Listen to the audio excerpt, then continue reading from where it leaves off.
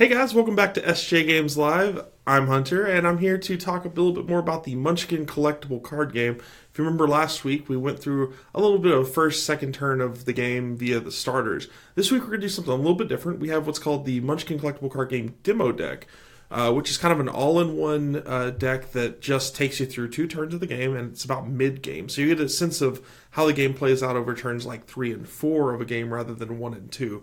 It's going to be very scripted, though. It'll be a little bit different. The components are slightly different in this than they are in the regular game, but I'll cover that in a second. Let's take a look at the board. So, what we've got here is the Centaur Warrior versus the Dwarf Cleric, and we're about to go into the Dwarf Cleric's turn. We're on turn 3 of the game. So first off, the Dwarf Cleric player is going to take their warm-up phase, which is going to flip your runaway token. In the final game, this is going to be a token, like an actual cardboard token, but for the demo deck specifically, we made everything into cards, so you can just play everything from a hand of cards, essentially. You're going to unzap your hero, which is flipping them back up. You're going to do your reckoning steps, so if you have anything that goes in your reckoning phase, and you also unzap your weapon there. There you go. And then reckoning phase, which right now I don't believe there is any reckoning stuff. Then you're going to unstash, which means flip those face down and return to your hand. And then you draw a card from your deck, which we just have the 1 card in the deck because we're only going to be playing 2 turns here. So you're going to hear me flipping through a script here because this is actually a scripted game. So you're going to play loot. On a loot card, there's the blue star here, which again we mentioned last week, but we're going to talk about it all again if you've watched last week's video. Right now, the player is at level 3. Oh, right here. Level 3, so they can have 3 total stars worth of loot out there.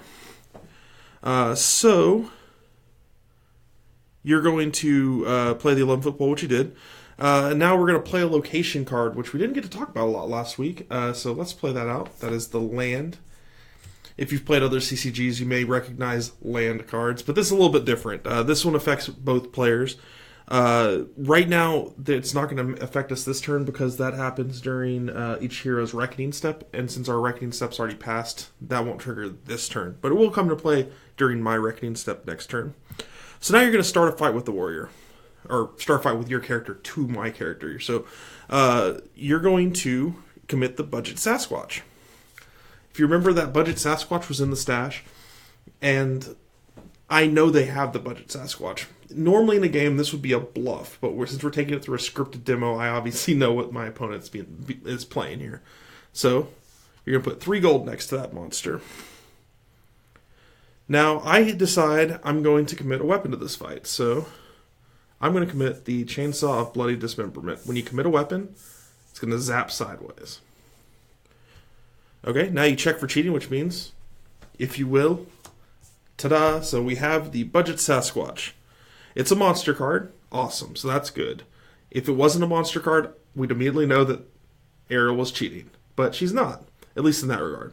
Did you pay enough gold for it? Yes. 3 gold. It costs 3. Perfect. So you weren't cheating. The gold goes over here. You weren't cheating there. And what happens here is now there's damage dealt and some damage taken. There's not an ability on the Sasquatch, so you don't have to worry about that. I deal 2 damage, my chainsaw here, based on the damage down there at the bottom of the card. That does not kill the Budget Sasquatch yet. That does 3. Now you deal 4 damage to me. My defense value is 2 on the weapon, so that means I take 2. And these are gold and damage. It just depends on where they're at. So right now, this over here is gold. It's next to my hero. This over here is damage because it's on my hero. Now, you get to play a Mischief Spell. Another thing we didn't get to talk about too much last week. Let's play the Alms for the Poor. Cool. So that means you take 2 gold from the purse. You take 2 gold and I take 1. Alms for the Poor, she can play only if she has 0 gold. So that's why she was able to play that then. So now you get to play. This one goes to your stash. Let's move that to the stash. This comes back here. It is zapped. I can't use it the rest of this turn. So now you get to commit another monster. So we're going to commit that Ferrous Oxide monster. Okay. And you put 2 gold next to that? Awesome. So I know that that's probably a monster, so I'm going to use my runaway. So again, these are going to be tokens, but I'm going to run away. So this goes over here, face down. You get your gold back since I ran away. I don't get to see what that monster is. Now you're going to start another fight with me. This time it's going to be the lame goblin. You're going to take 1 gold and put it next to that monster. So I am going to zap my discount cudgel to defend. Okay, so now let's check for cheating. Awesome. So, first again, we check if it's a monster. It's a monster, Errol's good to go. Now we check, does the amount of gold commit equal or exceed? It does. It actually costs 0, but Errol paid 1. She was trying to bluff me to make it look like a bigger monster. It wasn't, but she did pay for it, so that gold goes away. So now the hired monster's ability triggers. That means it does 1 damage to the Cleric. However, the Cleric has a cool ability. You can zap the Cleric to prevent 1 damage. So she can actually prevent the damage that the lame goblin would have dealt to her, which is really cool. Now, the damage to the weapon here doesn't equal or exceed the life. So I do 1 damage with the discount cudgel. The lame goblin's life is 1. So it does. It actually squishes the monster, and it goes to the discard pile because it's been squished. So that's it. Now the ability on the cudgel triggers. So we're not actually going to be rolling the die again. This is a demo deck. So what we're doing is using cards to represent everything. So there is this. You just flip it for the die. We rolled a 4 technically. Again, not a random roll. It's just on the card. Normally, if you roll a 1 to 2, you squish this weapon. If you roll a 4 through 6, you keep it alive. So we get to keep our weapon, is what that tells us. So now you still have a gold left over. So what you're going to do is you can play an ally. So Errol's got Bod E-Guard. He's a little bit of a protecting hitman who's going to protect her from attacks because she has 2 life on her. Which we'll get to, I'm sure, when I start attacking. So now you end your Munchkin phase. You announce that you're done with what you're doing. And now is when you're going to mostly level up, things like that. But I'm going to do one thing before your turn's over. I'm going to zap my character to do 1 damage to your character. Because that's my zap ability. The Cleric can prevent a damage. The Warrior gets to do a damage. So, what you're going to do now is... Oh, wait, no, I'm sorry. I'm not going to do it to that. I'm going to do it to your budget Sasquatch. That makes more sense. So, as you can see, I can actually target things in the stash. That's important because the damage that I dealt with the weapon stays on them. So now the budget Sasquatch gets squished, kind of like that goblin got squished earlier. Perfect. Okay, so we're moving into this. You're going to level up. Again, this is going to be a token in the game, but instead of a token, we have a card, so we're going to level up by flipping it over. Bam, we go to level 4, and you take gold equal to your level, or you take gold to go up to equal to your level. Here's your 4 gold, and that goes to your stash, or your hoard. And that's it. So now it turns into my turn. So I do the same thing with the warm-up phase. I'm going to flip my limp away back to my runaway side. I'm going to unzap my stuff, my hero card, my discount cudgel, and my chainsaw. I'm going to unstash, which I had a card over here. And I'm going to draw a card from the deck. Again, it's only 1 card because we're just simulating this turn. So we're going to play loot. I've got 2 stars worth of loot, but I'm at level 3. So I'm going to go ahead and play the 11-foot pole.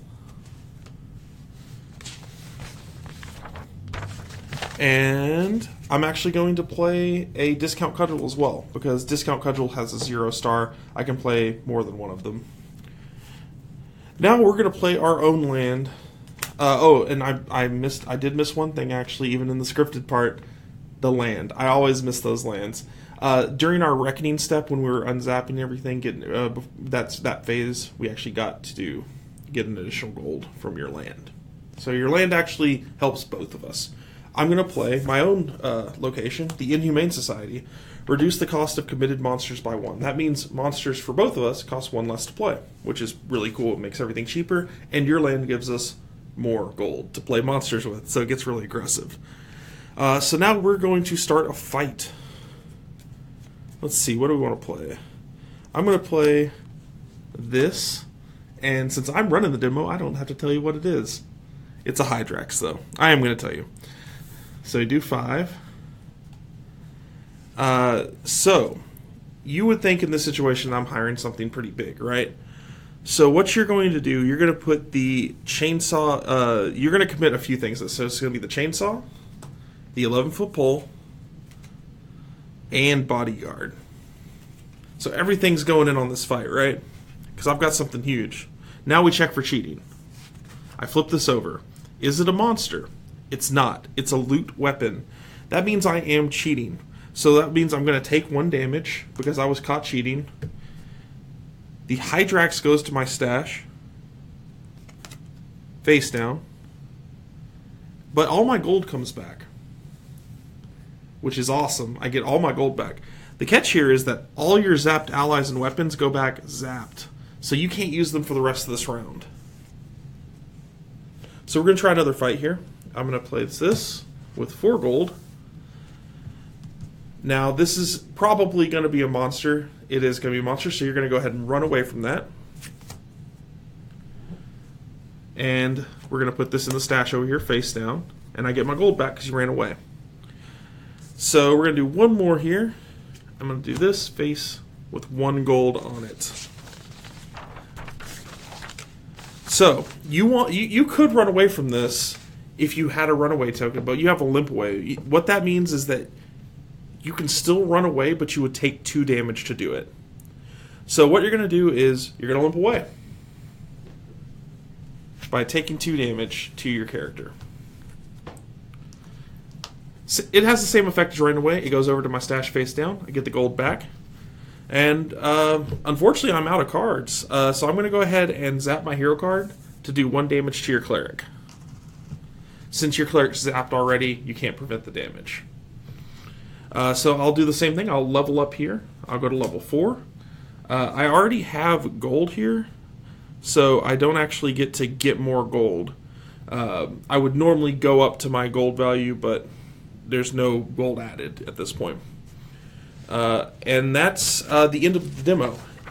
Essentially, at the end of this turn, what would happen after this would be unzapping again, going through, getting your stash back, drawing another card. But again, this is only representing 1 or 2 turns of the game. That gave you an example of bluffing. It gives you an example of committing weapons by zapping them, committing allies by zapping them, playing locations, all sorts of stuff, but kind of in its own built-in demo. But guys, that is the demo. So guys, thanks for joining us for another SJ Games Live. I hope that kind of walked you through a couple of mid-game turns of the Munchkin CCG. We will be doing more of these videos, especially this month. We're really trying to give you an idea of what's coming out in February. Next week, we're doing something really fun. We're going to be doing a full-on starter versus starter game, which will take a little bit, probably about 20-30 minutes. But we want to give you a full experience of what the game's like and play through a full randomized game so you can see our actual bluffs in real time. To do that, though, I want some of your feedback. So we've got a couple of options for which starter decks we want to use.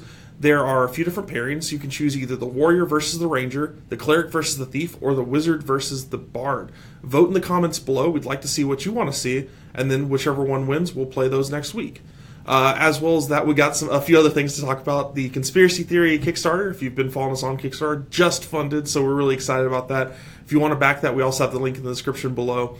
Munchkin Collectible Card Game related, we are still taking pre-orders. If you use the pre-order link in the description, take that to your game store. Let them know that you want the Munchkin Collectible Card Game because orders are going to be due really soon for that. We want to make sure everyone that wants it gets it. So just make sure you get your pre-orders and you let your store know that you want it.